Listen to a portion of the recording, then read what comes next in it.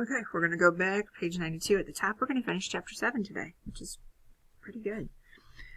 Okay, so at the middle of that paragraph is where we left off. I see where it says we had 4 hogs. We had 4 hogs in the cart with their feet tied together. They were always trying to get out, and I had to make sure they didn't get loose.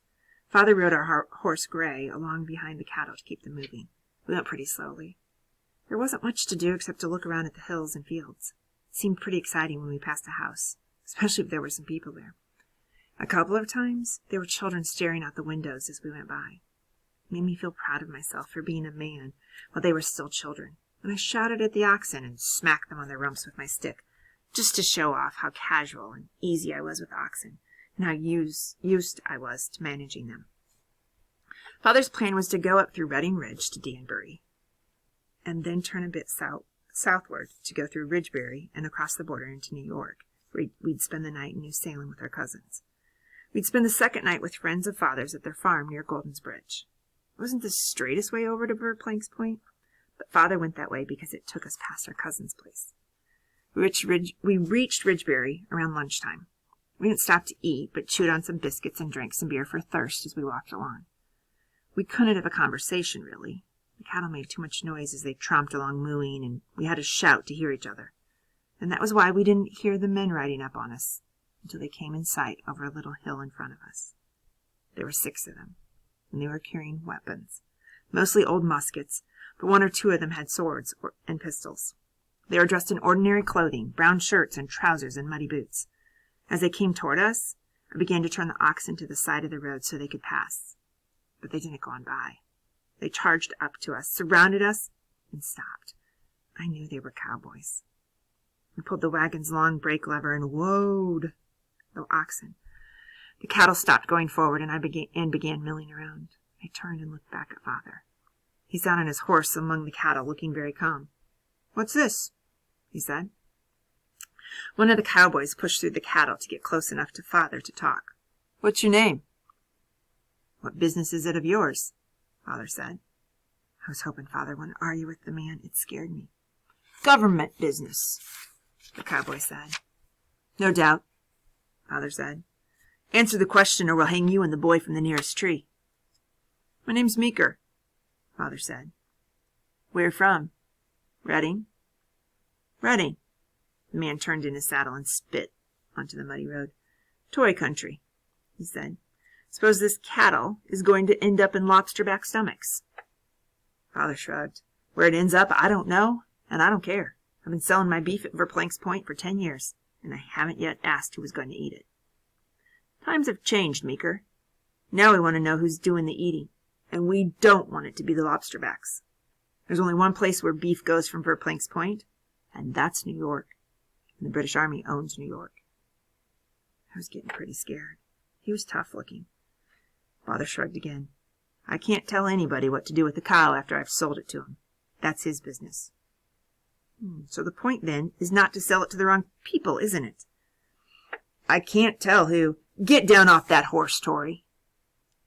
I don't think I like being called that," Father said calmly.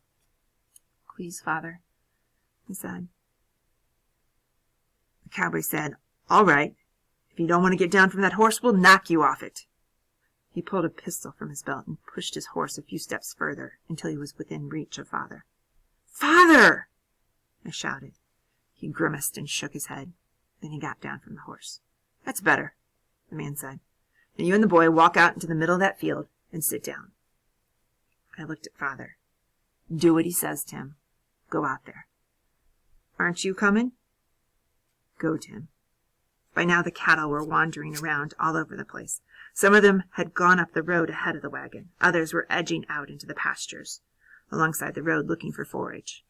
I pushed past a couple of cows, trotted out into the middle of the field, and sat down about 50 yards away from where Father was standing among the cows, talking to cowboys. I knew he was trying to talk them out of taking the cows. If we lost our cattle, we'd be in a lot of trouble because we'd have no way of getting rum and the things we needed to run the store and the tavern. I could see him gesturing, pointing up the road and then out to me as he explained something to the men. I wondered if he was scared. He seemed so calm and cool with the cowboys. but I wondered if down underneath he was really scared. I knew I was scared. Then I saw the man who had been doing all the talking lean down from the horse, ouch, and hit Father with something. The barrel of his pistol, I guessed. Father put his hands up to cover his head. The man hit him again, ouch, and Father disappeared. He just dropped down among the cows, and I couldn't see him anymore.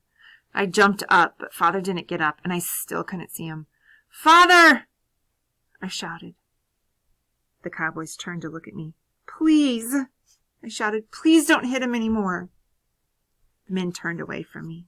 The man who had hit Father got off his horse and stood there beside it, staring down at the ground. I knew he was looking at Father. He was still holding the pistol in his hand. "Please don't shoot him!" I shouted. "Please!" This time they didn't even turn around to look at me. The man on foot kept waving the pistol around. He seemed to be talking, but I couldn't hear what he was saying. I stood in the middle of the field trying to think.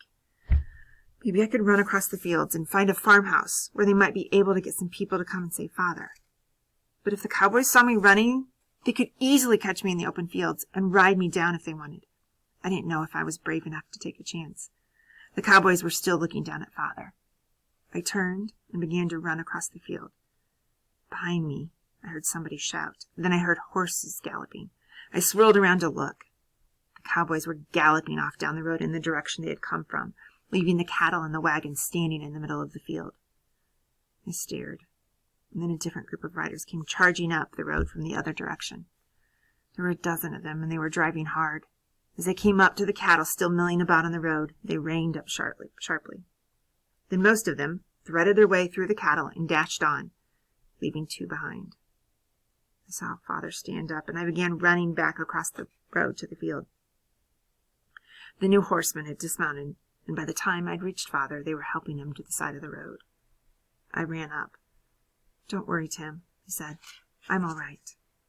He had a bad cut on his head, which was still bleeding, and another smaller one over his eye. His eye was swollen, and it was going to be black and blue by the next day.